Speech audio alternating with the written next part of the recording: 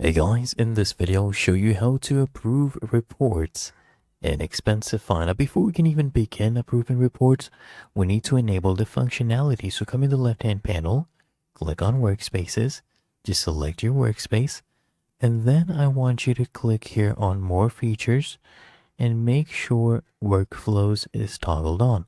And then click here on workflows. Now we need to toggle on add approvals. So we'll need additional approval before we can authorize payments. Now we can choose expenses from whom. Okay, so this is from everyone. And the approver will be me. You can select who the approver will be. If you need additional approvers, you can add them as well. And if you have an approval workflow, you can have those as well. Now what you need to do to actually approve, you need to come to reports, okay?